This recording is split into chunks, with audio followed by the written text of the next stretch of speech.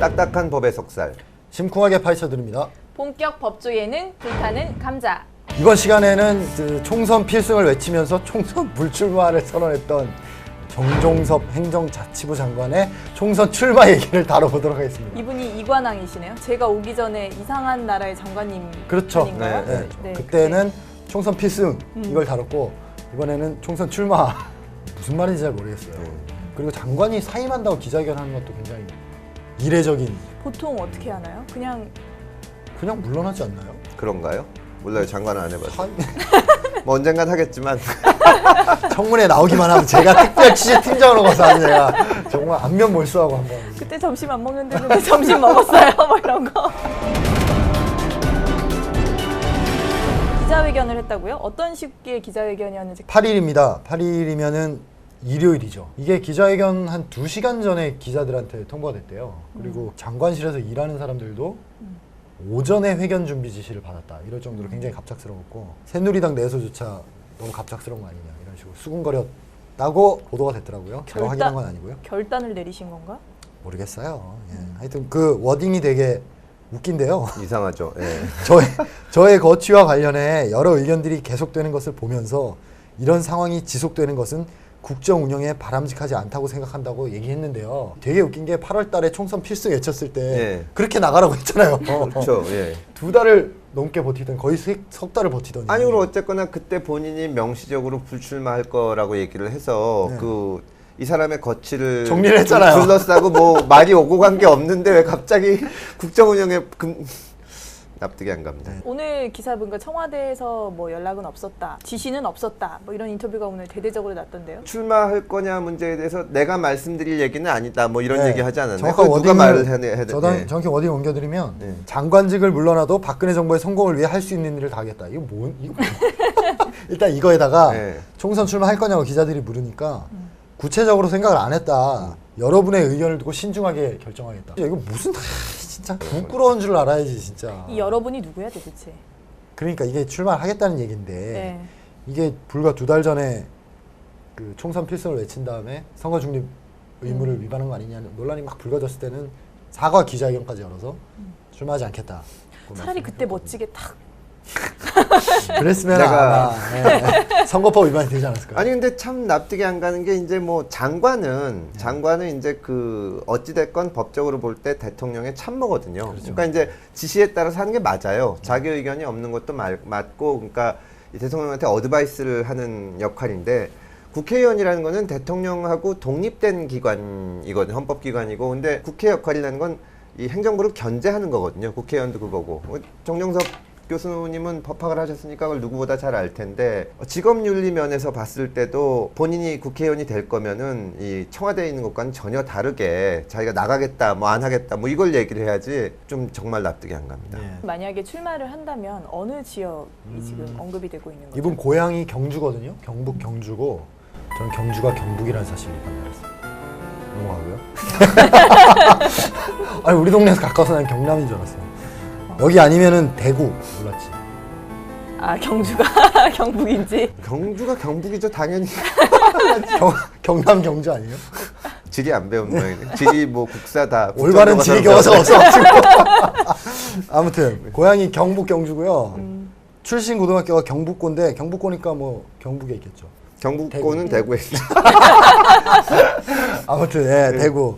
그래서 경주냐 대구냐 이런 얘기가 나오고 있는데 9일날 그 경주에서 무슨 행사가 있었거든요. 행정자치부가 이렇게 같이 하는 행사인데 그거 간다고 이제 국회 안행위 전체 회의에 못 나오겠다 그렇게 얘기를 했었대요. 근데 장관이 국회 상임위 전체 회의에 안 나가려면 여야 간사가 합의해서 상임위원장이 양해를 받아야 된대요. 대리 출석을 시키려면. 그러니까 굉장히 많은 절차를 밟아야 함에도 불구하고 그런 걸 다 거치고서라도 경주에 가겠다는 거죠. 그때부터 다지기를 들어가신. 뭐 그래서 그런 기사들이 나왔는데 결국 안행위에 출석은 했어요. 네, 출석은 했는데 하여튼 그래서 뭐 경주냐 대구냐 이런 얘기들이 나오고 있더라고요. 어디라고 보십니까? 뭐 대구를 정리됐다는 얘기도 있고 그렇기는 한데 글쎄요 또 고향에 나오고 싶어하는 마음들이 또 강하더라고요 사람들이. 오늘 기사 보니까 대구 물갈이 기사가 엄청 많이 쏟아지더라고요. 그 지금 유승민 상가에서 계속 대구 물갈이라는 얘기하고 남의 집 상가 가서 뭐 하고 있는 건지 모르겠는데. 아 상가에서 진짜 너무 하는 것 같더라고요 그러니까. 이거. 예. 정종섭 장관이 헌법 학자니까 박근혜 대통령이 지금 개헌을 하고 싶어하는 거 아니냐 이런 얘기들이 세간에 나오잖아요. 그렇죠. 그러니까 그걸로 찌라시가 돌고 논의가 있어요. 되는데 그래서 뭔가 그런 거의 브랜드로 헌법 학자를 이렇게 쫙 박근혜표 브랜드로 쫙 미는 뭐 그런 얘기들도 기사에 나오더라고요. 근데 이제 인간적으로 얘기해 보면 법학을 전공해서 서울법대 교수를 하면은 상당히 성공한 거잖아요. 그렇죠. 그리고 이제 뭐 또 장관도 했는데 지금 만약에 박근혜 대통령이 만약에 추진한다면 개헌이 어떤 건지는 모르지만 진짜 무슨 뭐 거기 들어가서 뭔가를 하면은 진짜 불명예가 아닐까 약간 유신헌법 기초한 것 같은 그런 그렇죠. 느낌을 팍팍 주는데 아 정말 납득이 안 갑니다. 그때 유신헌법 때도 되게 유명한 헌법학자 한 분이 참여하셔가지고 그게 예. 계속 불명예를 그 한홍구 교수님인가 쓴 걸 글을 보면 실무적인 작업은 사실상 김기춘 검사를 비롯한 검사들이 많이 했고 내가 가서 이름만 빌려줬다 이랬는데 어찌 됐건 그거를 이제 인정해주는 역할을 하는 거니까 비판받아 마땅하죠. 그러면 이제 장관을 그만두시고 이제 국회의원 출마를 하게 되면 이게 법적인 문제가 있냐 없냐 그런 것도 좀 궁금하거든요. 일단 공선법에서 규정하기로는 국가 공무원인 사람은 선거일 90일 전에 직을 물러나야 되고요. 근데 이게 또 조금씩 달라요. 그러니까 비례대표 후보로 입후보할 때는 30일 전. 그러니까 지역구 의원은 90일 전.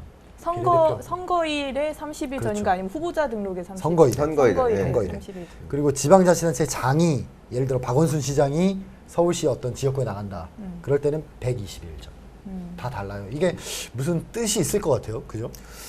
글쎄 영향력하고 그 선거운동의 문제인 것 같은데 비례대표는 그렇게 뭐 선거운동을 많이 하진 않고 그 개인의 인지도보다는 이제 당을 보고 찍는 거니까 지금 제도가 그래서 30일 전에만 사퇴해도 괜찮을 것 같은데 지역구는 장관이면서 이제 우리도 얘기하겠지만 실질적인 선거운동을 하면 안 되니까 권한을 갖고 그래서 좀 길게 하는 거고 지자체장은 더 사실 영향력이 세잖아요. 그러니까 더 길게 한 게 아닌가 싶습니다. 그 지자체장이 120일이면 장관은 한 1년 해야 되는 거 아니에요? 그죠. 90일 너무 이상하잖아요. 아, 1년까지는 뭐 근데 그렇게 나누면은 뭐 그렇게 딱 잘라서 장관으로서 그거는 못 한다 그러면은 뭐 한 3년 전에 그만두지 않으면 그러니까 좀 어떻게 보면 양식에 맡겨야죠, 좀. 양식에. 예. 그게 이런 문제가 나오는 게 결국 장관의 권한으로 자기가 출마할 지역의 어떤 이런 걸 좀 특혜를 주고 그럴 수 있는 거죠. 그런 네. 유인을 그래서 느낄 수 있잖아요. 지금 이제 구설수에 오르고 있는 게 특별교부세 네. 문제가 네. 언급이 특별교부세라는 게 어떤 건지 좀 정리 좀 이게 늘 해주시겠어요? 헷갈려서 저도 이번에 다시 찾아봤는데 지방의 특별 재정 수요를 충당하기 위해서 중앙 정부가 지원하는 돈을 이제 교부금이라고 하는데 그 중에 하나예요. 특별 교부금이라고. 평소에 예상하기 힘든 어떤 그 재정 수요가 발생할 때가 있잖아요. 그럴 때 쓰라고 있는 비상금, 일종의 비상금인데 연평균 한 1조 정도 되고요. 보통 예산은 이제 기획재정부에서 나름 엄밀한 심사 과정을 거치고 막 되게 지난한 과정을 거쳐서 배분이 되잖아요. 근데 이거는 약간 그 안행부 장관, 그러니까 행자부 장관이 거의 정권으로 이렇게 배분을 할 수 있는 거예요. 그래서 행정자치부 장관이 굉장히 힘이 세고 국회의원들도 자기 지역구에 특별교부금을 따내야 되기 때문에 안행부 장관하고의 어떤 마쿠 딜 같은 것도 많이 하는 것 같더라고요.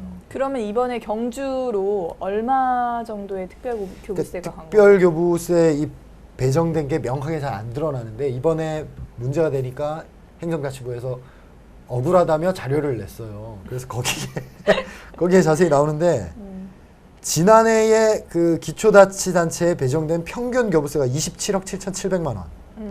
이고 경주는 99억 2,200만 원. 그러면은 거의 4배? 거의 4배죠. 네. 거의 4배고 지난해 7월부터 정종섭 장관이 장관을 했거든요. 그러니까 영향력을 끼쳤다고 볼 수도 있는 거죠. 정황상은. 이게 대단히 어려운 게 예를 들어서 이제 정종섭 전 장관이 이제 그 경주에 출마한다. 그리고 이게 문제가 된다 해서 언론에서 이 비판하는 기사를 쓰면 그게 오히려 선거운동에 훨씬 도움이 되거든요.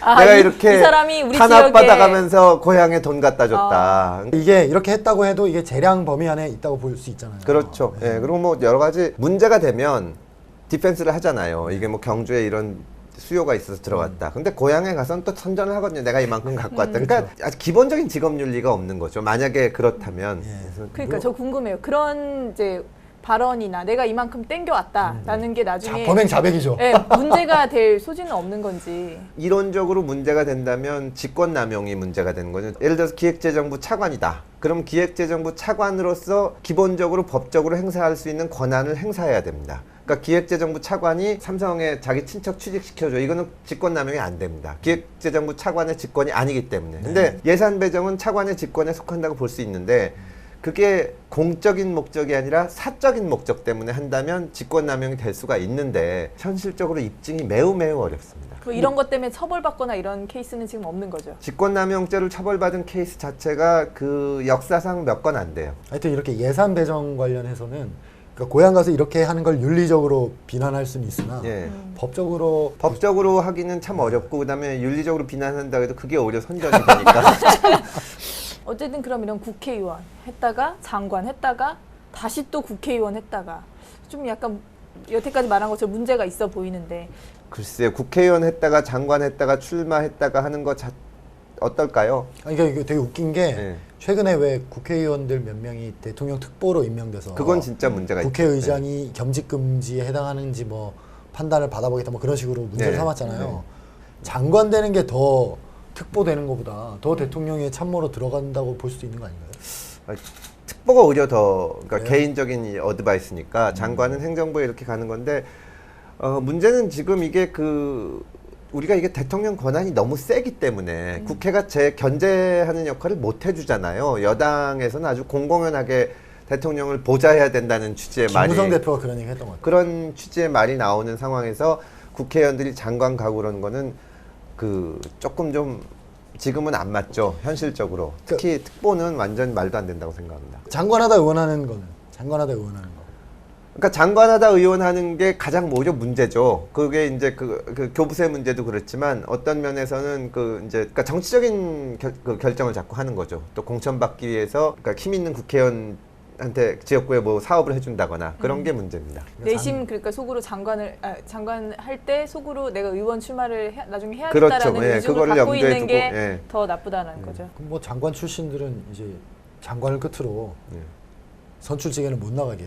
하긴 뭐 선출직 아니더라도 법무부 장관 하다가 총리 하시는 분도 있고 그래서 대법관 하다가 출마하시는 분도 있는데. 대법관은 좀 그 얘기 좀 할까요? 그건 좀 못하게. 예? 그건 안대기 정말 아저씨? 정말? 그 부산 출마 얘기가 나오면서 그 뒤로 이제 또 나오는 얘기가 그러면 이제 신영철 대법관이 출마하는 것만 남은 게 아니냐라는 얘기까지 나와요. 그러니까 개인적으로 저는 안대희 대법관 같은 경우 굉장히 존경하는데 대법관을 지내신 분은 좀 안 맞는 것 같아요. 심판의 끝이잖아요. 심판자의 끝에 계시던 네. 분이 플레이어로 나오면 뒤에 있던 심판들도 마음이 싱숭생숭하지 않겠습니까? 그 대법관을 굉장히 일찍 하셨거든요. 50대 초반인가 하셨는데 만약에 더 무슨 생각이 있으셨으면 대법관을 사양했어야 되지 않나. 그렇죠. 대법관을 할 때는 그 이후에는 좀 안 해야 된다는 생각이 있습니다. 안대희 씨 출마 확정되면 우리가 씹어드리겠어요.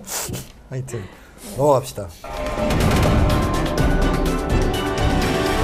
요즘 세간에 화제가 되고 있는지 모르겠지만 저는 재밌게 보고 있는 드라마 송곳. 어쨌든 나는 모든 곳에서 누군가의 걸림돌이었다. 사는 데가 바뀌면 풍경도 달라지는 거야. 저는 만화로 원작은 다 봤습니다. 원작이 원래 네이버에서 웹툰으로 웹툰이죠. 연재가 예. 됐던 그 송곳 보니까 최규석 작가네요. 거의 다뤄지지 않는 노동운동을 소재로 한 JTBC에서 방영이 되고 있죠. 외국계 유통업체인 여기서 보니까 푸르미 마트네요. 비정규직을 이제 해고를 하려고 하는데 그거를 부당한 방법으로 거기 정규직 직원이었던 지금 지연우? 지연우, 예, 지연우. 연예인들 성을 잘 모르더라고요. 아까 계속 그냥 연우라고 불러요. 친근하게. 하여튼 우리 현우가 우리 현우가 그 정리해고에 맞서서 노동자들과 노조를 결성해서 싸워 나가는 과정을 그리고 있는 드라마입니다. 한 2달 전에 왜 노사정 대타협이라는 네네. 이름으로 나왔던 그죠. 일반 해고 막 그 얘기가 떠오르더라고요. 해고가 이게 크게 나눠서 노동자의 귀책이 있는 해고와 없는 해고로 나뉘고 그렇죠. 귀책이 없는 해고에 정리 해고가 있고 귀책이 있는 해고에 이제 징계 해고라는 게 있고 그 외가 전부 일반 해고인데 복잡하군요. 그 외가 전부 일반 해고인데 그 일반 해고가 되려면 정당한 사유가 있어야 되거든요. 그죠. 노동. 정당한 사유. 근데 그 정당한 사유가 이제 법에 정확히 명시가 안 돼 있어서 판례를 가지고 이제 쌓아 나가고 있는데 예, 업무 미숙 이런 것들은 정당한 사유에 잘 포섭이 안 되거든요. 우리 판례상. 외국에 나가 있는 우리 기업들하고 거기 있는 변호사들하고 이렇게 상의한 얘기를 들어보면 우리나라 기업들은 굉장히 쉽게 생각해요. 이게 뭐예요? 사람을 해고하는 해고하는 걸. 이게 부당 해고라고 하면은 그 결정하는데도 오래 걸리고 또 오면 또 징계하고 막 이러는데 외국은 엄청난 손해배상을 물을 수가 있거든요. 드라마에 보면 그 부장이 지시를 하죠. 지금 있는 판매 사원들을 수단과 방법을 가리지 말고 내보내라. 스스로 나가게 하라는 네. 거죠. 그래서 어떤 짓을 하면 뭐 이렇게 진열돼 있는데 이거를 막 격하면서 이것도 진열이라고 했냐? 너 지금 나 엿먹이려고 이렇게 해놓은 거냐? 이런 식으로 꼬투리를 다 잡아요. 뭐 이런 가지고 이런 얘기 하긴 그렇지만 제가 한겨레 기고했을 때 검찰에서 거의 나가라는 식으로 부당해고 나가는 아니 거예요. 그러니까 일단 저기 형사부에 있는데 총무부에 옮겨놨어요. 근데 총무부 다들 가고 싶어 하거든요. 근데 이제 갔더니 일을 하지 말라는 거예요. 그래서 그때 이제 부장님이 좋은 분이라 좀 마음을 다스리며 이 장기적인 과제를 해라. 근데 장기적인 과제가 뭐가 있냐 이렇게 찾고 있는데 그런 것도 하지 말라는 거예요. 아무것도 하지 말고 출근해서 놀으라 그러는데 개인적으로 되게 좋았어요. 그렇게 해서 나가게 하면 이거랑 비슷한 사례잖아요. 근데 보통 그렇죠. 그렇게 하면 못 견뎌서 그러니까 제가 이 얘기하기가 조심스러운 게 저는 굉장히 편한 상태죠. 이 방에 앉아서 그냥 책만 보면 되니까. 근데 보통은 옆에서 일하는데 자기는 못하게 하고 그때 제가 무슨 생각이냐면 그때는 이거는 자기 기업도 아니고 총장이 월급 주는 것도 아닌데 무슨 권리로 나는 세금으로 월급을 받고 있는데 일을 하지 못하게 하는 게 이게 말이 되냐. 근데 그쪽의 논리를 제가 생각해 보면 어쨌거나 이 전체 조직을 끌고 가려면 이 자식은 혼을 내줘야겠다고 생각을 하는데 한겨레에 기고했다는 거를 가지고 징계를 할 수는 없는 거예요. 법적으로. 그러니까 해고를 할 수 없는 상황이랑 같은 거죠. 그러면 얘를 견디기 못하게 만들고 너는 여기서 미래가 없다는 걸 보여주는 거죠. 그래서 일을 안 준 건데 그게 사표를 내는데 기여했나요? 기여했죠. 그러니까 근데 이제 있으려면 충분히 더 있을 수는 있는데 저도 나름대로 이제 실망한 거죠. 이렇게 치졸하게 나오는구나 하니까 아이, 더럽다. 다퉈보면 다퉈볼 수 있을 것 같아요. 다퉈보기가 어렵죠. 왜냐면 제가 사표를 냈으니까. 그러니까 그래서 이게 중요한 게 절대로 노동자는 함부로 먼저 제가 나가겠습니다라는 말을 하면 안 된다라고. 잠시 그 울분을 한번 삭히고 네. 더러워서 계속 다녀야지. 일단 저기 상담을 좀 하실 필요가 있지 않나. 예. 그런 것도 다 노조가 필요한 이유죠. 혼자서는 견디기가 어렵거든요. 그렇죠. 예. 예. 어쨌든 이런 드라마인데 이런 드라마 되게 좋은 드라마 같은데 지금 네. 뭐 보이콧 움직임도 있잖아요. 네. 소개 좀 해주세요. 소수 의견의 작가인 소나람 작가가 자기 페이스북에 네. 이 드라마를 보이콧해야 된다라고 글을 올렸어요. 노동운동을 다루고 있는 드라마인데 이 제작 과정이 너무 반노동적이다라는 거예요. JTBC 방송사가 드라마를 외주를 줘서 만들어요. 근데 그 외주 업체 이름이 시그널 엔터테인먼트라는 업체인데 이 업체가 그 드라마에 사용되는 음악들 있잖아요. 또 다른 업체에다가 외주를 주는데 그 업체가 로이 엔터테인먼트라는 회사예요. 네. 근데 이게 기업으로 보면 삼성? 배경음악계 삼성이라는 거네. 삼성이라고 볼 수 있을 만큼 신문업계 한겨레 같은. 넘어가시죠. 거대한 업체인데 이 업체들이 보니까 신인 작곡가들을 데리고 있어요. 일을 주는 거죠. OST를 만들어라, 배경음악을 만들어라 라고 하면 저희가 생각하기엔 당연히 그 신인 작곡가들이 저작권을 가질 것 같은데 이 작곡가들한테 저작권의 40%만 주고 나머지 60%는 이 사람들이 다 가져가는 거예요.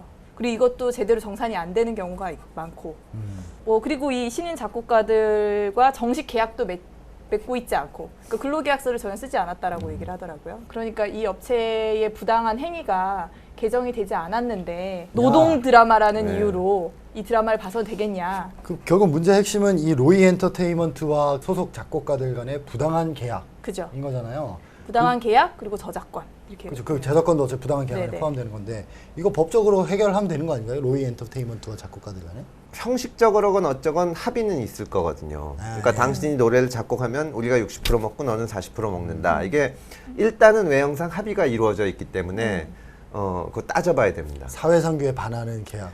근데 그게 계약 자유의 원칙이 있기 때문에 그 쉽게 되지는 않거든요. 그러니까 이 그 사회상규에 반하는 거는 일단은 쉽지 않을 것 같고 이제 불공정한 계약 한쪽에 뭐 궁박한 처지나 이런 걸 이용해서 제가 여기 받는 출연료 같은 건데 그게 불공정한 계약을 체결하면 무효가 되는 게 있는데 입증이 쉽지는 않습니다. 그럼 이렇게 법이나 소송 같은 걸로 쉽지 않으면 네. 약간 공정이나 이런 데서 행정적으로 좀 개입할 수는 없을까요? 글쎄요, 뭐 그래야 되고 지금 문제는 근로계약서를 안 썼다는데 실질적으로 근로관계가 될 수가 있거든요. 완전 프리랜서면, 그러니까 내가 작곡해가지고 여기 갖다 주고 뭐 저작권료의 일부를 에이전시한테 주고 내가 먹는 그런 관계는 하면 상관이 없지만 저 거의 직원처럼 이게 여기 음악 써야 되니까 작곡해라 지시하고 지시 감독 관계가 되면 사실은 근로자. 직원이죠. 네. 그래서 제가 궁금한 게 여기 때 나오는 게 특수고용이라는 형태의 얘기가 나오던데 예.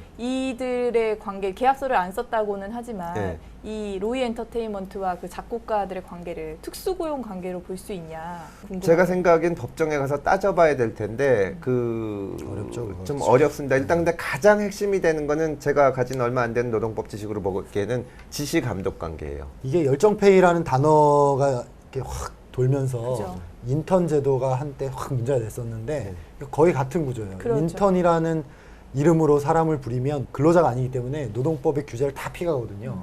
그러니까 최저임금보다 훨씬 낮은 돈을 뭐 교통비, 식대라는 명목으로 주면서 사실상 지시관계를 띠면서 근로자로 부리는 거죠. 비정규직으로라도 채용을 하면 노동법에 제약을 받으니까 인턴이라는 이름으로 데려다가 싸게 부리는. 문제 제기된 작곡가들은 다 계약이 해지된 상태예요. 아, 그래요? 네. 그리고 저작권료가 지금 6대 4라고 했잖아요. 네. 그럼 이 작곡가들은 4라도 받아야 사는데 네. 이 사람들이 그 음악을 다른 데에서도 사용하지 못하게 하는 거예요. 왜냐하면 나에게 6의 육이 권리가 있으니까, 있다. 네. 아. 그러니까 이게 분쟁의 소지가 있으니 알박기구나. 네, 저작권 너 알박기. 잘못 사용하면은 우리한테 뭐 배상금을 줘야 대단히 된다든지. 불공정한 계약이죠. 네, 그래서 지금 돈을 한 푼도 못 벌고 있다는 거예요. 정말 진퇴양난이네요. 네. 계속 노예 계약을 맺고 가느냐 그런 상황인데 약간 복잡하게 느껴지긴 하는데 이게 그 많이 문제가 됐던 특수고용 노동자들 문제하고도 약간 비슷한 것 같아요. 그러니까 저도 궁금한 게 이게 재능교육 사태 학습지 교사들. 네, 네. 그렇죠. 근데 왜 JTBC는 이 노동 드라마를 하면서 굳이 이런데 논란이 있는 데를 썼을까요? 하는 문제가 된 이상 여기뿐만이 아니라 좀 이런 전반적으로 한번 정부에서 좀 점검을 해봤으면 좋겠습니다. 이거는. 저도 이제 앞으로 송곳은 불법 다운로드로 보도록 하겠습니다. 어둠의 경로. 이런 마지막으로 작가의 말로 마무리하도록 하겠습니다. 저를 잡아끈 수많은 송곳들에게 이 만화가 힘이 되기를 바랍니다. 라는 말을 남겼는데 이 세상의 비정규직에게 힘은 못 될 망정 송곳으로 찌르는 드라마가 되지는 않길 바랍니다. 네. 오랜만에 시청자 사연이 삼촌 팬이 보낸 분노의 메일. 메일인데 네. 이거는 삼촌 팬이 읽으셔야 될 알겠습니다. 것 제가 같아요. 읽겠습니다. 네. 우리 아이유. 아이 서울유. 아이 서울유의 줄임말이 아이유 아니에요. 왜 삼촌 농담을 하고 그래? 요즘 몹시 불쾌합니다. 사실 멘붕이기도 합니다. 우리 아이유가 오랜만에 앨범을 냈는데 세상에 나쁜 놈들이 자꾸 제재를 하려고 합니다. 동력 출판사까지 나서서 우리 제재가 어떠니 저떠니 하더군요. 우리 아이유가 그걸 모르고 만들었겠습니까? 문학적 상상력도 이해 못할 정도로 우리의 머리와 가슴이 굳은 것입니까? 표현의 자유가 보장된 대한민국에서 이게 어인 일입니까? 솔직히 억울하고 이해가 안 가네요. 우리 아이유를 이렇게 비난하는 사람들은 문제가 없는 건가요? 그리고 물론 그럴 리 없겠지만 도덕적으로 어쩌니 이런 얘기 말고 혹시 우리 아이유가 정말 뭘 잘못한 건가요? 이거 시청자 사연으로 간단하게 정리하기에는 너무 주제가 간단하게 얘기하. 간단하죠. 뭐 우리 아이를 비난하는 나쁜 해야죠. 끝. 의견은 양쪽이 다 있을 수가 있는데 네. 제가 말씀드리고 싶은 거는 표현의 자유라는 거는 기본적으로 뭘 하려고 그러는데 정부가 나서서 혹은 법이 못하게 할 때 표현의 자유 문제가 생기는 거거든요. 그러니까 아이유가 노래를 발표했는데 내가 생각하기에는 그 가사가 틀려 먹은 것 같다. 혹은 노래를 못 부른다. 그거 얼마든지 비판할 수 있는 거고 또 거기에 대해서 아이유는 사과하거나 그럴 필요는 없는 겁니다. 그 뭐 문제가 된 나의 모래지 나무를 저도 어려서 재밌게 읽었지만 각각 다른 거니까요. 예를 들어서 뭐 제인 에어가 있지만 제인 에어에서 그 로체스터인가? 그 광인 여성의 시각에서 쓴 차르가소의 바단가 하는 책이 있는데 그 원저를 썼다 그래서 비판이 얼마든지 할 수 있지만 그건 또 자유거든요. 그러니까 그거를 가지고 너무 흥분하실 거는 아니고 아이유가 잘못한 건 하나도 없습니다. 아이유는 진리죠 뭐. 괜히 노이즈 마케팅 한 거 아닐까요? 노이즈 마케팅 모르겠어요. 뭐 성공했습니다. 의도는 모르겠지만 정말 출판사라는 문화 기업이 하기에 정말 유치한 짓이죠. 그러니까요. 네. 예. 근데 진짜 저는 나의 라임 오렌지 나무라는 책을 안 봤거든요. 그걸 어떻게 안 볼 안 수가 봤어요. 있어요? 그 감수성이 이렇게 많아요. 그래서 저는 이 제재가 누군지도 몰랐어요. 그 많은 사람이 눈물을 흘린 책이에요. 제가 이거를 전 초등학교 때 봤는데 보면서 그 제재가 네. 아버지에게 그 두들겨 맞는 장면이 있어요. 그러니까 이 제재는 자기 아빠를 위해서 뭔가를 배워가지고 와가지고 아빠 앞에서 막 이렇게 재롱을 부린 거예요. 근데 아빠가 어디서 이런 못된 것만 배워왔어라고 하면서 이 아이의 마음을 몰라주고 막 때려요. 저는 그 장면을 보면서 막 울었는데. 아 이건 다들 우는 책이에요. 네. 그래요? 네. 제재라고 그래서 무슨 나무로 만든 목재. 어려서 무슨 책 봤어? 무슨 책 봤어?